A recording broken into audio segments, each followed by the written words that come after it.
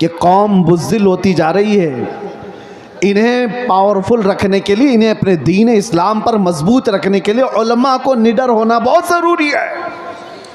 आप लोगों के सामने ये बताएं कि हम किसी मुजरिम कौम से वाबस्ता नहीं। दुनिया हजार प्रोपेगेंडा करे, मेरा दीन सच्चा है, मैं सर उठाकर जीऊंगा। बेशक बेशक। मेरा लिबास कोई ऐसा नहीं है कि जिसे देखकर मैं छुपाऊं। अरे वो चोर हो तो छुपाए, मैं अपने नबी के अखलाक को क्यों छुपाऊं?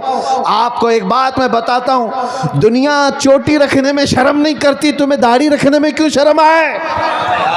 क्या कहने, वाह वाह वाह वाह। अरे ऐसे भी देखे हमने, मर्द होकर बालियां भी पहन रहे हैं, चूड़ियां भी पहन रहे हैं और जीन्स को फाड़ करके सतर दिखा करके भी चल रहे हैं। लोग उनको कहते हैं बड़े फैशनेबल लोग हैं। अरे नंगा घूमना अगर फैशन है तो भैंस सबसे ज्यादा फैशन करती है, वो तो कुछ भी नहीं पहनती। नंगा अगर घूमना ही फैशन है तो जानवर ज्यादा फैशन करते हैं। लेकिन मैं ये बातें इसलिए कर रहा हूं कि दुनिया अगर नंगा घूम करके भी फख्र करती है तो अपने नबी के अखलाक पर अमल करके तुम्हें कौन सी हया आती है? तुम्हें कौन सी शर्म आती है?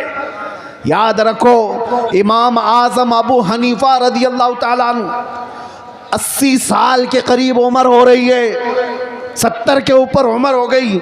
आपके शागिर्द कहते हैं एक मर्तबा इमाम आजम नमाज में खड़े होकर रो रहे थे, रो रहे थे, रो रहे थे। नमाज खत्म होने के बाद दुआ करते हैं। किसकी बात कर रहा हूँ? इमाम आजम अबू हनीफा की, जो सिराजुल उम्मा हैं, हजारों मसाइल का हल करके उम्मत को दिया है। कितने हजारों शागिर्द उनके, 80% उम्मत का तबका उनकी इक्तिदा करता है, करोड़ों मुसलमानों के इमाम। अल्लाह की बारगाह में रोते हुए क्या कहते हैं जानते हो?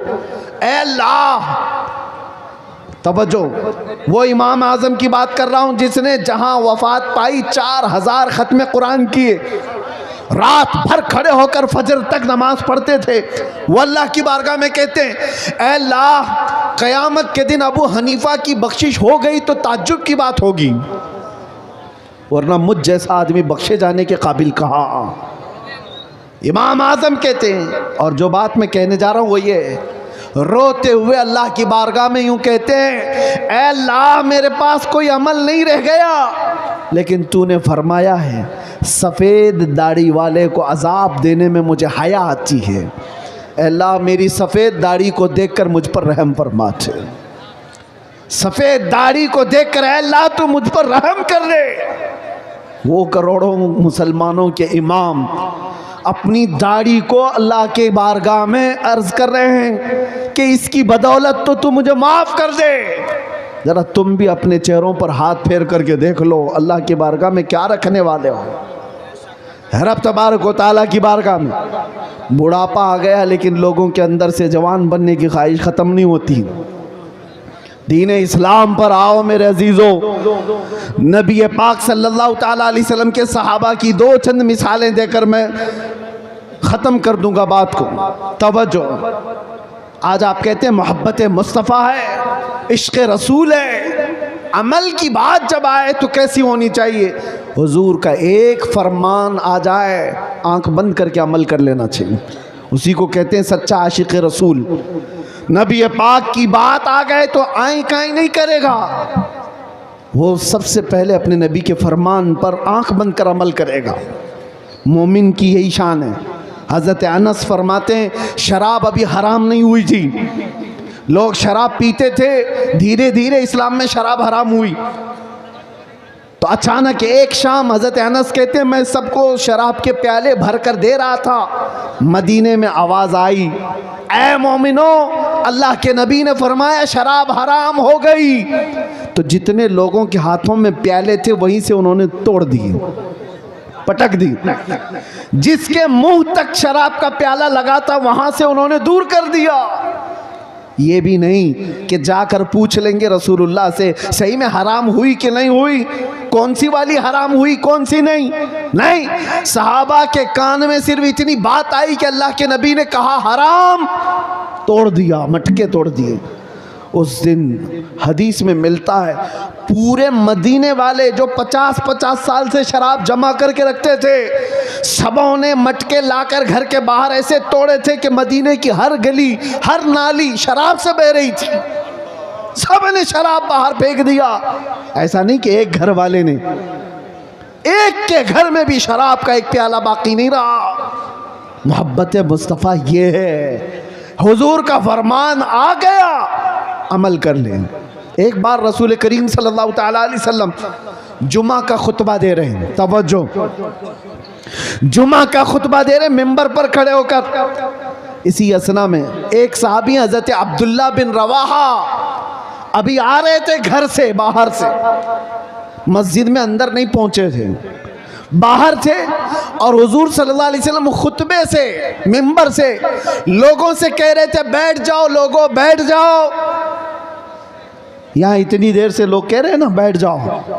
हुजूर का फरमान क्या था सुनो, और सहाबा क्या करते थे। मेरे आका फरमा रहे थे मिंबर से बैठ जाओ, बैठ जाओ।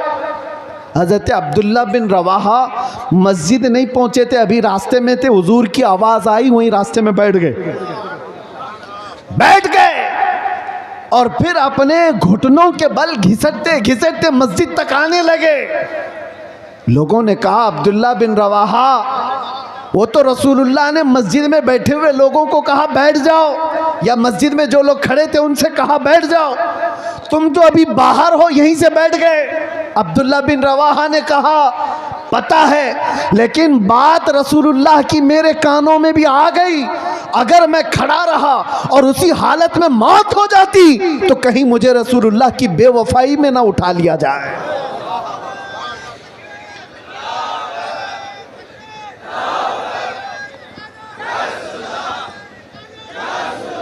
वो सहाबी का ईमान था।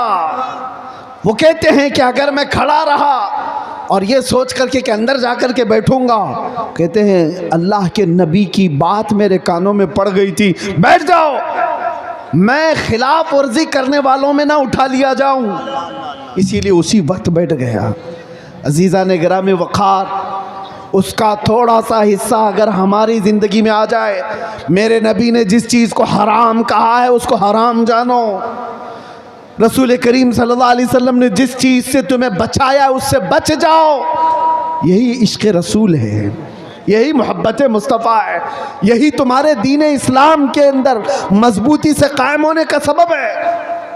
आज लोग आम तौर पर मुसलमानों के मोहल्ले में सूद का कारोबार, ब्याज कहते हैं, क्या कहते हैं आप लोग, सूद कहते हैं, बड्डी कहते हैं, ब्याज, इंटरेस्ट, जिस तरह से भी।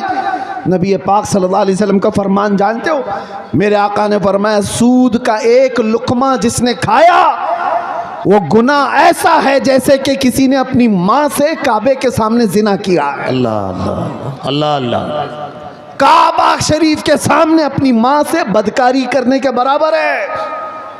सूद खाने के लिए लोग उतावले हुए हैं। सूद तो जानते हैं, कर्जा देना और उस पर नफा कमाना हराम है, हराम है, मुसलमानों के लिए बिल्कुल जायज़ नहीं। सूद के कारोबार में पड़े रह गए, शराब की तस्करी, जुए के अड्डों पर कितने नौजवान, जुआ किसको समझते हैं लोग तो ये समझते हैं जुआ एक खास खेल है। अरे जुए की 1000 किस्में। आज तो तुम्हारे हाथों में मोबाइल जुए लाकर दे चुका है। जाकर किसी मोहल्ले में बैठ करके जो 4 लोग जुआ खेलते थे, अब वो सिस्टम खत्म हो गया। ये जो सट्टाबाजी करना, बिडिंग करना, पैसा लगाना, दूसरों का पैसा खा जाना, इसके मुतालिक मेरे आका सल्लल्लाहु ताला अलैहि वसल्लम ने फरमाया, जुआ खेलने वाला अगर मस्जिद में आकर वज़ू भी करता है तो वो खिंजीर के खून से वज़ू करता है, सूअर के खून से अपने हाथ को रंगता है। ये वईद है, अल्लाह के नबी ने जिससे बचाया उससे बच जाओ, यही दीन इस्लाम है। सुभान अल्लाह। ये बेहयाइयाँ कहाँ से आई? नशा नौजवानों के अंदर आ रहा है, बिक रहा है, कर रहे हैं डीलिंग, सब कुछ इनके यहाँ। जानबूझ करके लोगों ने तुम्हें नशा का आदी बनाया है। मैंने जेलों में भी देखा है, वो नौजवान जो 36 घंटे 48 घंटे नशा में मखमूर पड़े रहते हैं, किसने इनको नशा का आदी बनाया? ऐ नौजवानों, तुम्हारी जिंदगी बड़ी कीमती है।